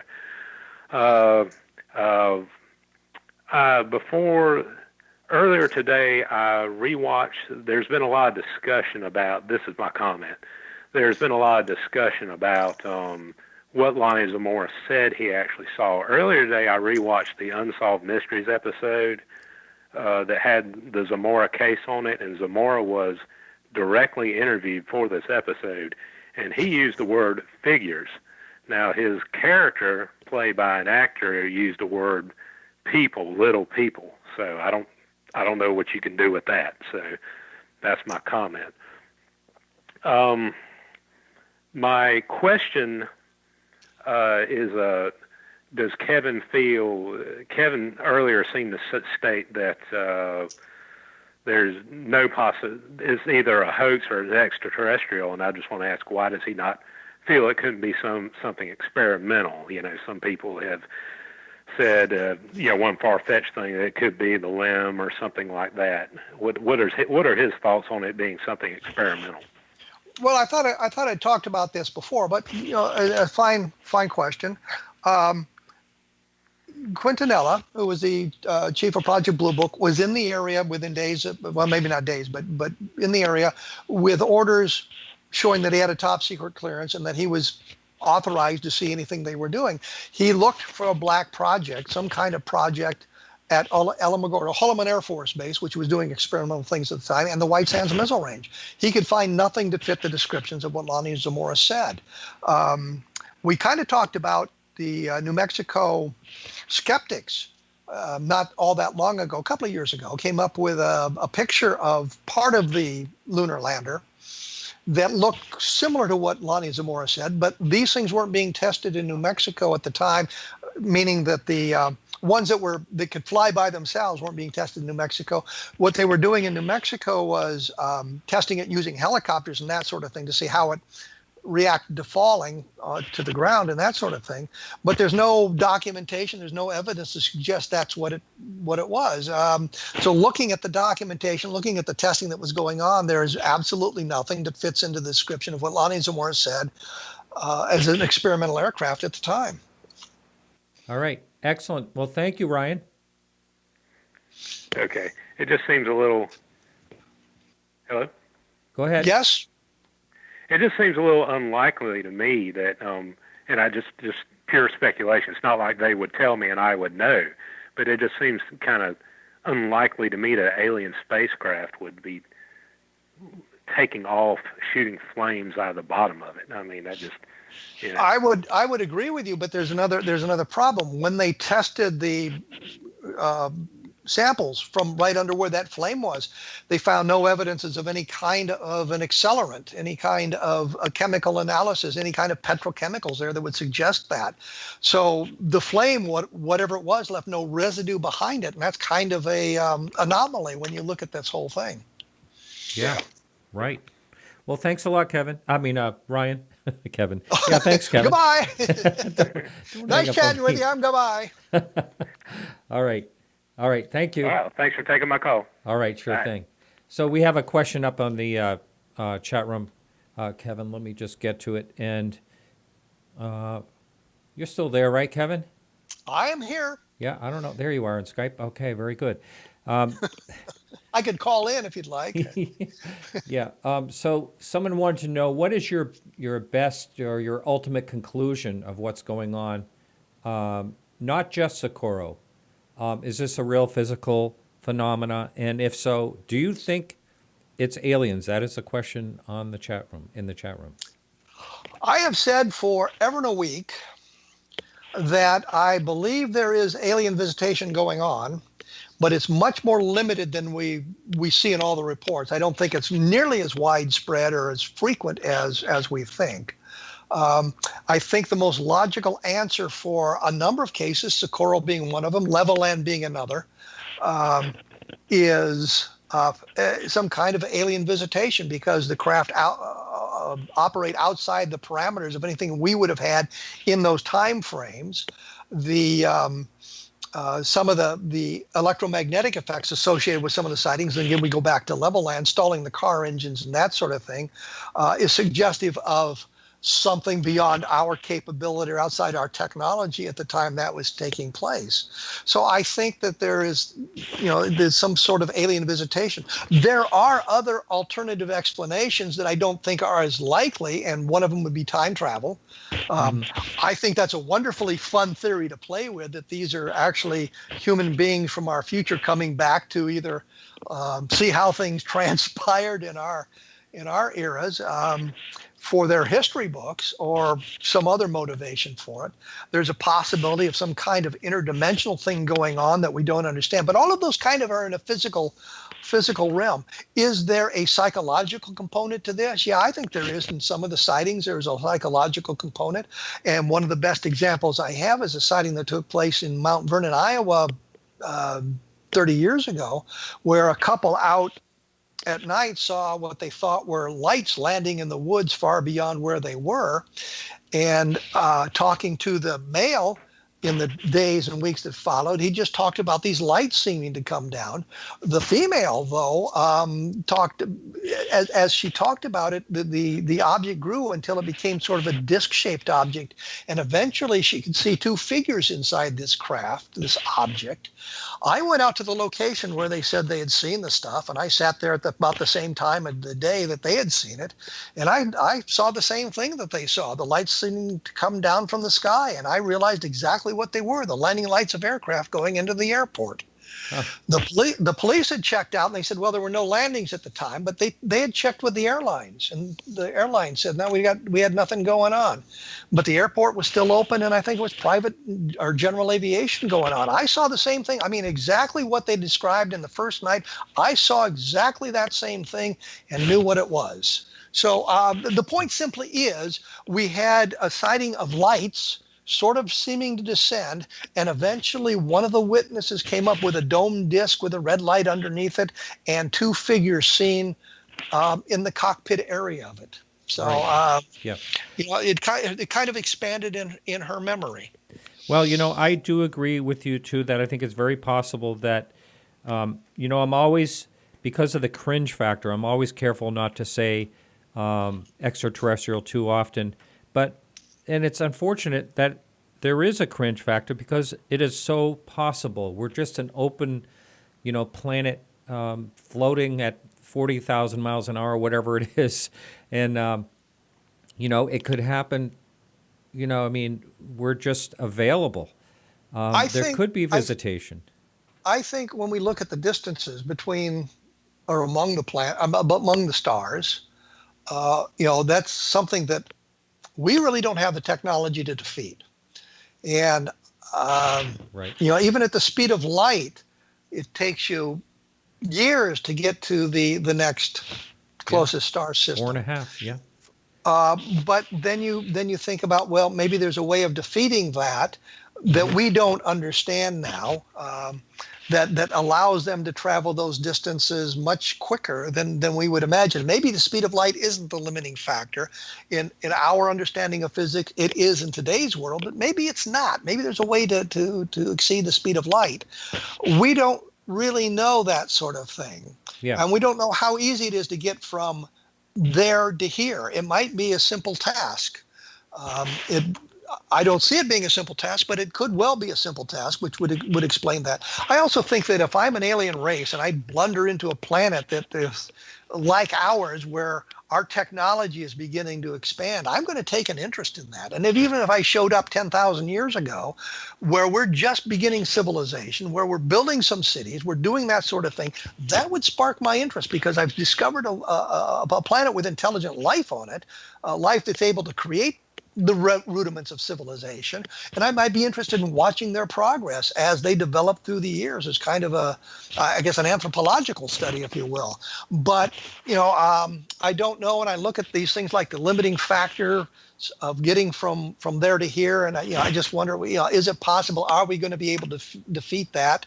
And who knows what it's going to look like 10,000 years from now on Earth? What we're going to be able to do? I mean, I used to think, when I was a kid growing up, that the things that my grandparents had seen develop, they were born into a society where the speed of the railroad train was the fastest you could travel, and everybody was on horseback, and within their lifetimes they see from travel by horseback to people walking on the moon. And and I think today, we look back and Star Trek had their communicators and everything. Oh wow, communicators, that's just great. My cell phone's better than the Star Trek communicator. Look what we've accomplished in the decades here. The internet. I mean, you and I are communicating over a computer, not a telephone. Telephones are becoming a thing of the past because we've got these better ways of communicating. So yeah. Who knows what it's going to be like in 100, 200, 300 years from now, what we're going to be able to do and how we're going to be able to travel. Right. We have another call coming in. And so let's see if it's coming up. Takes just a second. Caller, you're on the air. Your first name and where are you calling from? Yeah, my name is Tony. I'm from North Carolina. Hi, Tony. And this is not about the Zamora case, but it's about a case that happened at Fort Dix and McGuire Air Force Base. From 73 to approximately 78, I was a military police dog handler at Fort Bragg, North Carolina. And about 76, we had a first lieutenant come in, and we were all sitting around drinking one night, and we were talking, and he was actually telling us about the incident that happened at Fort Dix, and he said it was true. I was just wondering what Kevin thinks about this. Len Stringfield did a lot of work on that case, and I think his opinion was that the evidence was very, very weak for it. Uh-huh. But Len in his status reports, and that is status reports, crash retrieval status reports, what they're called. And he talks about that in those status reports. You can find those online, I think, if you're interested in taking a look at that.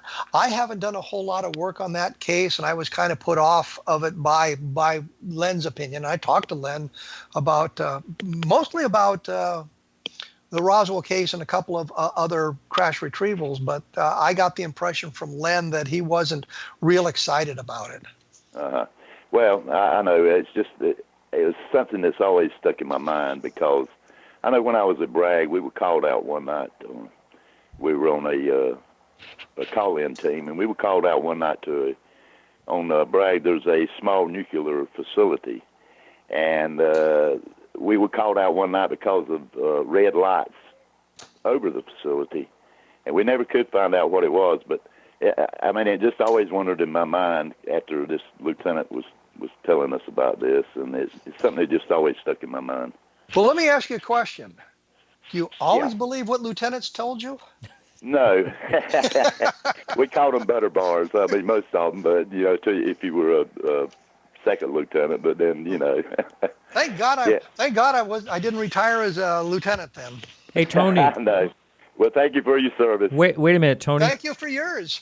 Yes, sir. Yeah. Yeah, Tony, can you tell me, are you aware of, this is something Robert Hastings may have investigated. Was there a report filled out on this about the red lights over the nuclear facility? This I do not know, because the duty officer that night, all we did was go out and we set up a perimeter and we investigated, and by the time we got there, the lights had gone. I see. There was nothing there. So if there's ever even I'm sure there was some kind of something made on it, but whatever it was, I don't think, you know, we would know what was in the report. Very good. All right. Hey, thank you for your call, Tony. Sure enough. Thank you, guys. All right. Take care. Bye-bye. I didn't even think of Robert Hastings, shouldn't say Bob, Robert Hastings being interested in that because of the nuclear weapon aspect of it. But that was a good point. Yeah. Hey, so, you know, I want to move on to what we wanted to talk to you about, the Tom DeLonge opinion, because I'm getting a lot of email about that. But right before that, I just wanted to ask one more question that was up in the chat room about the Socorro case, and that is someone wanted to know, why would you think that a craft would land out in the middle of nowhere, in the scrubland, as you called it? Not being attuned to what alien thinking might be, I don't know. I told him that's what you're going to say. No, I said you'd say, why not? Yeah. And that's the other thing. Why not? You know, I don't know what would motivate them, and that sort of thing. You just don't know. But I mean, that's a legitimate question. It's certainly a legitimate question. But does that negate the observations by Lonnie Zamora? Does that negate the observations by anybody else? Does that negate the physical evidence left behind? You know, why would they land out there? I don't know. Apparently they did. Right. All right, so let's talk about, I read your blog. By the way, Kevin has a great blog. There's a lot of things, if you have any questions about that you want to research and you think, wow, this sounds like a really good case. Aztec sounds like a really good case. Oh, well, you'll find it on Kevin's site, and you'll find a lot of explanations. And if you're doing a show like me, the site comes in very handy. And again, it's Blogspot. How do you? It's what's the address? Just kevinrandle.blogspot.com. It's called A Different Perspective. And I notice on some things that if you're looking for a specific case, my blog comes up in the first or second place on that. Right. So, yeah. But it's more than just UFOs, because I've been getting an awful lot of traffic now on the Oak Island stuff, because History has started the new season of the Curse of Oak Island, and I know there's a lot of people interested in that as well. So they're looking at all that, and the one of the easiest ways to get to Amazon to look for my book is there's an article up there, and at the end of the article is just a link you click on, and it'll take you directly to the Socorro book, and you can take a look at the information there in the book. If you've got questions, I tried to answer all the questions you'd have on Socorro in the book, and I used an awful lot of information from Ray Stanford and Ben Moss and Tony Angelo and Rob Mercer and Carmen Morano and Paul Hardin and Rick Baca. So it's not just one of these things where I was looking at other people's books and copying their information. I was out there looking at the official Blue Book file, the unofficial Blue Book file, and talking to some of the people directly involved in it. Looking at the April Bulletin, ICAP investigator, the MUFON Journal had some stuff that was very, very important to that. So there's an awful lot of reference material I brought together into one place. Right. Okay. So as promised, let's talk about Tom DeLonge and what he's trying to do. What's your thoughts overall in general? Well, I've got to go. Been nice talking to you. I don't blame you. We're not one to talk about it. Yeah. It's. I just don't see anything of substance there. I mean, I look at the things that he has said. I look at the interviews that he conducted, and I put stuff on the blog that gives you the point. And it looks like it's more entertainment than it is serious research. I mean, looking at what he has said and the things he buys into practically everything. If you listen to what he has said in the interviews that he's conducted, there was one with Joe Rogan that he did that I listened to. Oh my God, I listened to the whole thing, talking about what they're doing. And there was this Sumerian symbol that they put up there, and it had the sun there, and they said this is the sun because you can see the rays around it, and here are all the planets around the sun, and one of them is labeled Pluto, and one of them is labeled Makemake, which is, by the way, a dwarf planet that's out beyond the Pluto in the Kuiper Belt, and other things like that. And they said, prove that the Sumerians knew about this stuff. And I said, my God, you put the labels on it. It wasn't they labeled it. They wouldn't have been labeling it with English. Makemake is not exactly English. I think that's Hawaiian. But good point. Yeah. But the point simply is there is nothing to suggest in that symbol that it's the sun surrounded by our solar system as it exists today.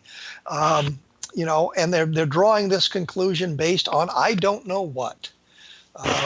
There was the idea. Well, they had this thing. They had Pluto on this thing, and Pluto wasn't discovered, and they said until the 1950s. But somebody Googled it for them, and they realized it was 1930s. But I mean, we looked at all of that stuff, and he's just buying everything.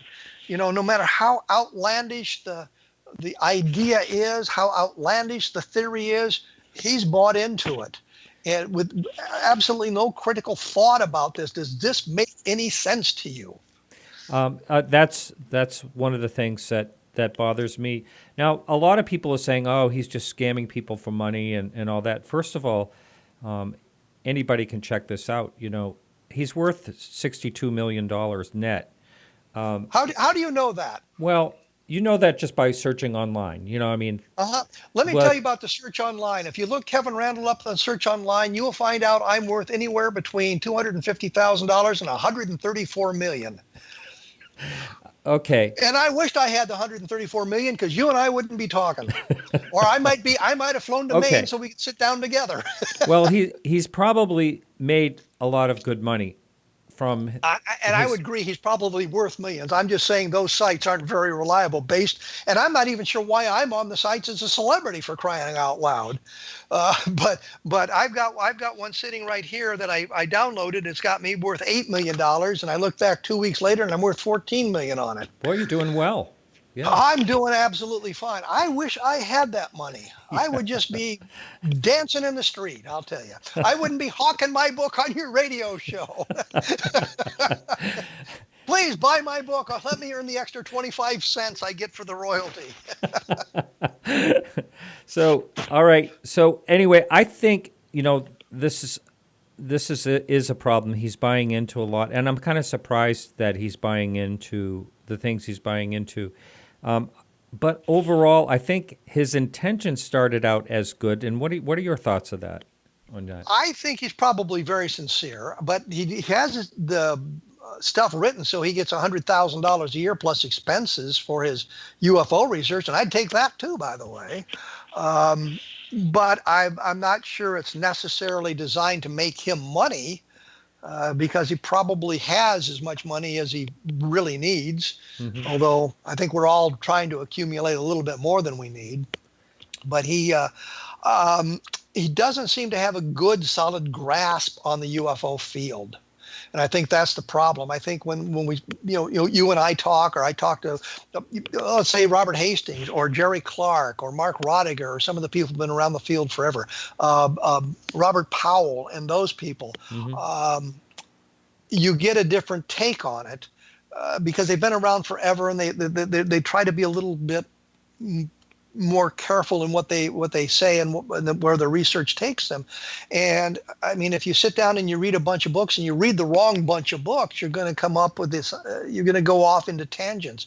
And the UFO field is filled with so many subsets. You have abductions and crop circles and cattle mutilations and MJ12 and the Roswell case. You got all these subsets going on, and you can certainly get sucked into one of those subsets. And go off on a tangent, and you have to be very careful in what you accept. You have to apply some critical thinking skills to this. And the last person that called in actually was doing that. Why would they land out in the New Mexico desert like that? I don't know, but the evidence suggests they did. But that's the kind of question you have to ask. You know, does that question outweigh where the evidence seems to take us? Now, I didn't get a chance to listen to the Joe Rogan interview, but I had, probably 25 or 30 people send me, the link, and I probably will. But do you think some of the banter you hear out there is possibly some jealousy, or do you think, hey, he hasn't cut his teeth, what is he doing? Why is he getting somewhere and I'm not? Do you think there's that type of jealousy going on too? Absolutely, and I've seen it myself. When we were doing the Roswell investigation, and I say we, Don Schmidt and I remember Walt Andrus coming up to me at a MUFON symposium and wanting to know where we were getting our funding. Because I think the idea was we were getting this money and he wasn't.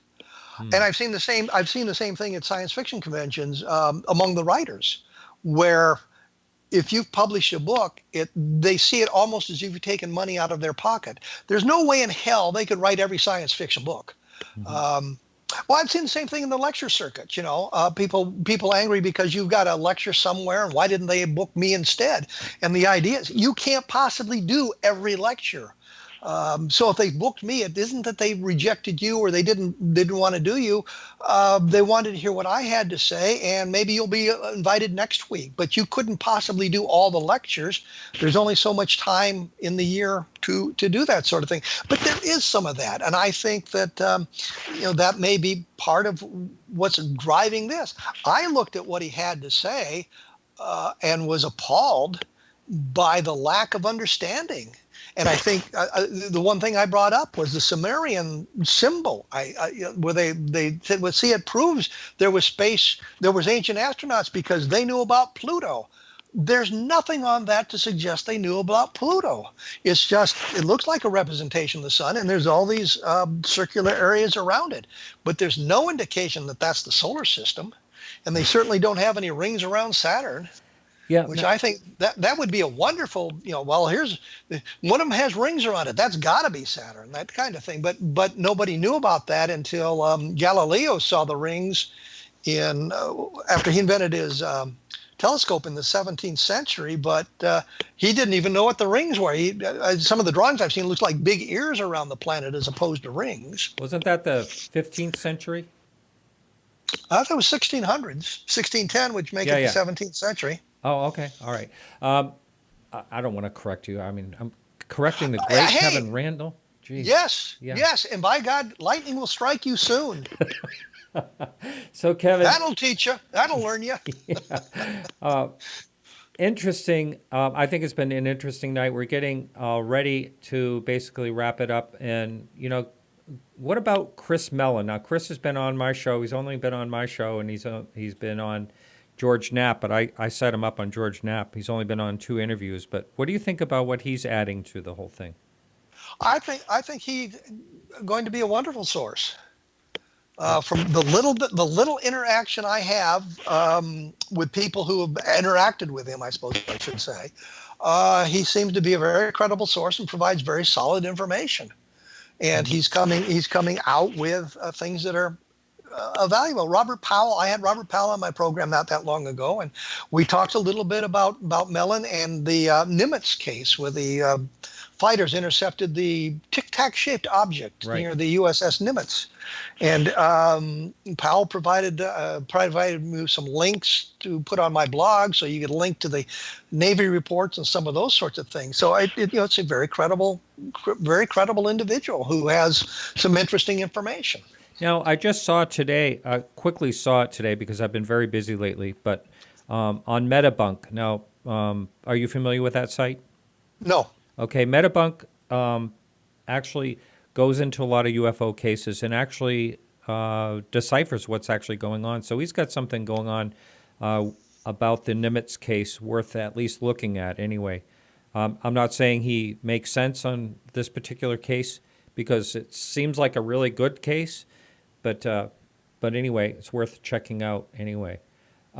Kevin, what do you have coming up? What are you thinking? Are you going to be writing anymore? And I want to also talk about your radio show before we go. We have 3 minutes.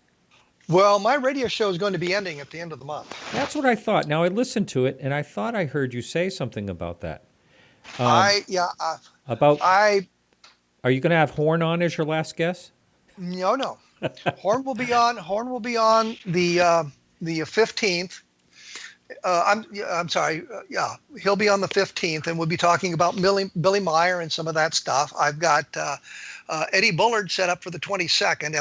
Eddie Bullard being a member of the UFOs and a UFO researcher of long standing note. And the last show is set up with Adam Dew, who is responsible for the Roswell slides. I do know who that is. Wow. I'm going to be chatting with him about how all of that came about. So that'll be interesting.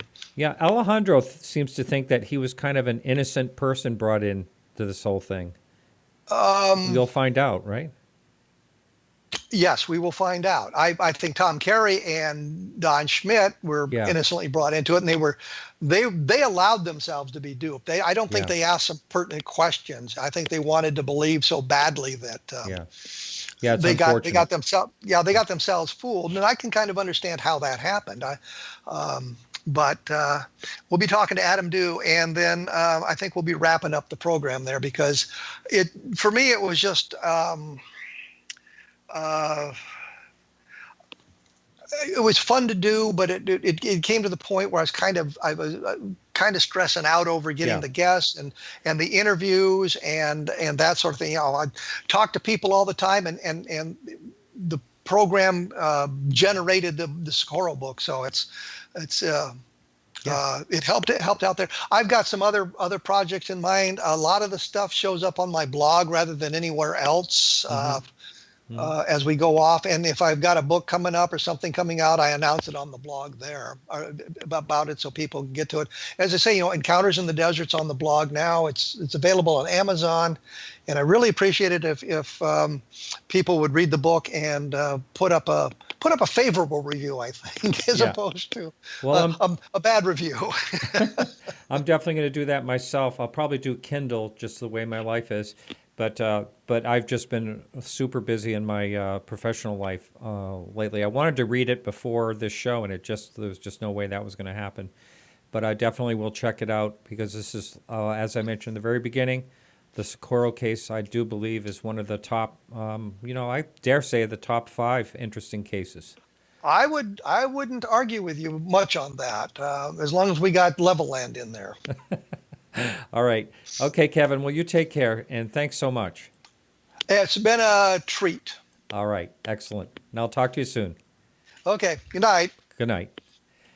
All right, everyone. So thanks so much for listening, and we'll be back next week. Our guest has not been confirmed for next week, so we'll see what happens, and I will announce that. Anyone that wants to know who's coming up, all you have to do is go on podcastufo.com on Sundays. I always post it on Sundays who the guest is. Also, on the right-hand sidebar, there is a mailing list anyone can join, and you will get just one newsletter a week, and it basically tells what's coming up on my shows. Now, the Everything Else show is temporarily on pause right now. I have some good guests lined up, but I may be going on a internet radio station instead of YouTube, in particular on the Monday night shows. And if that happens, it's going to switch to Tuesday night. I do think there's a chat room available, though, and I will announce all that as that progresses.